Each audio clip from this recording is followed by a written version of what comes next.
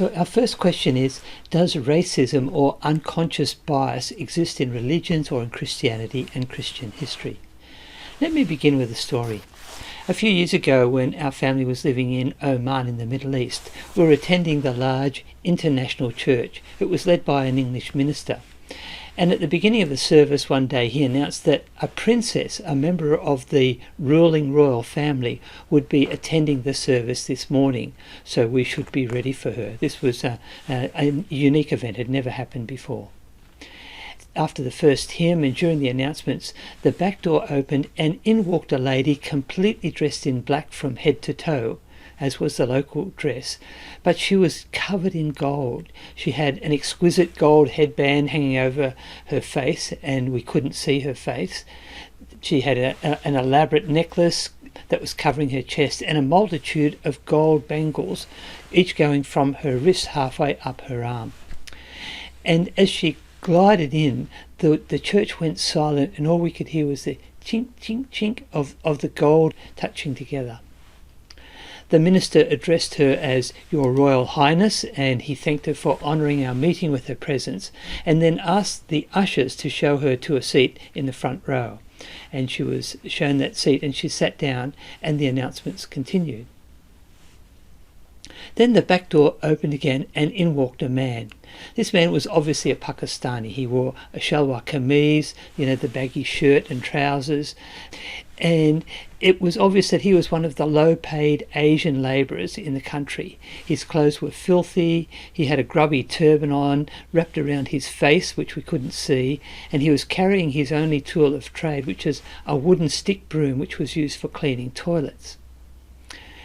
He walked in, seeing that there were no seats at the back. He walked up to the front and was about to sit down beside the princess. And the minister immediately challenged him and asked him what he was doing. And the man spoke initially in Urdu and then in broken English. He said, "Please, sir, I've just come to say my prayers." "Yes, you may pray," said the minister, "but you can't sit there. Could someone please show this man a seat up the back?" And the congregation immediately went silent again. They were shocked at the minister's attitude and his tone of voice. And at this point I removed the turban that was wrapped around my face and showed the congregation that it was me wearing a Pakistani outfit. And then the princess stood up and removed her face veil, revealing that it was my wife Catherine in a burqa, wearing gold that she had borrowed from our Omani neighbours. The minister then announced that today's sermon would be on James chapter 2, on what happens when a rich person and a poor person come into church. And it was clear from this passage in James that discrimination based on wealth and social class existed in the early church, and it still does. We often judge people by the colour of their skin and by their ethnic background, by how they look, or by who we consider them to be. And there's also just plain racial discrimination. In Galatians 2, Paul tells how he opposed Peter when Peter came to visit Antioch. Peter and the others, including Barnabas, were initially eating with the Gentile Christians. But when a group of Jewish Christians who supported circumcision arrived from Jerusalem, Peter and the others separated themselves from the Gentile Christians and didn't eat with them any longer. And Paul rebuked Peter about this. So racial discrimination was an issue in the early church, and it still is today in many ways. Later on in this session, you'll be given an opportunity to think about the ways that you have seen racial discrimination in your own life or in society or on the church. But let's have a look at racism. What is it and where does it come from? A definition. Racism is prejudice or discrimination or antagonism against a person or a group because of their ethnic or racial background. Your race or your ethnic group is something that you can't change. You were born with it. It wasn't a choice that you made like your religion. You can choose your religion or change your religion. You can't change your race. And racism categorises people on the basis of a single characteristic, which is their skin colour. And a simple analysis shows that it has to be wrong, because it's not possible to say about any race that all Africans are such and such, or all Asians are such and such, or all Caucasians, white people, are such and such. It's obvious that there is a lot of variety among the individuals within each racial or ethnic group, but racism treats them as if they're all the same. Well, where does this idea come from? Let's have a look at the nature of personhood. Every person lives with three identities. First, there is your personal identity.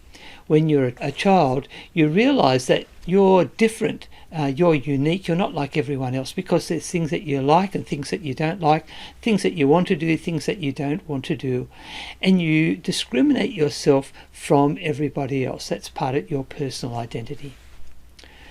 Your second discovery is that you're a human. You see animals like dogs and cats, or insects like flies, and you realise that you're actually more like your mother or your father or your brother or sister or your next door neighbours or your relatives than you are like these other living creatures. You are part of the human race. You're a human being. The third discovery is often a little bit harder to make because it's in between those two identities. It is that you are a member of a culture or a subculture or a race. Usually growing up you'll be surrounded by others of the same group, and you think that this is quite normal, in fact even universal. But then you come to realise there are people from different cultures, from different races, and they are different from you even though they are still human beings. And Tim Keller makes this observation. He says, every culture that is not based on God will make an idol, an ultimate value, out of something else, and that idol will necessarily divide. If my highest love is my family, then I'll privilege my family over others. If it's my business, my racial group, or my individual selfish interests, I'll privilege my race or myself over other races and selves. And the result of sin is that humanity becomes divided into racial and cultural segregated ghettos that cannot understand one another. Some of these ghettos are created for less powerful groups by the more powerful. So needless to say, based on this definition, we'll find racism at every place in every time in history. Richard Lovelace, in his book The Dynamics of Spiritual Life, says, people come naturally to hate other cultural styles and other races in order to bolster their own security and discharge their suppressed anger. They fix upon their race, their membership in a party, and their culture as a means of self-recommendation. The culture is put on as though it were an armour against self-doubt, but it becomes a mental straitjacket.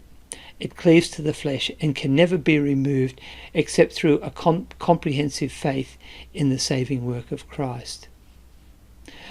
So on this basis we can see that racism and unconscious bias exist in the church. They have right from the beginning.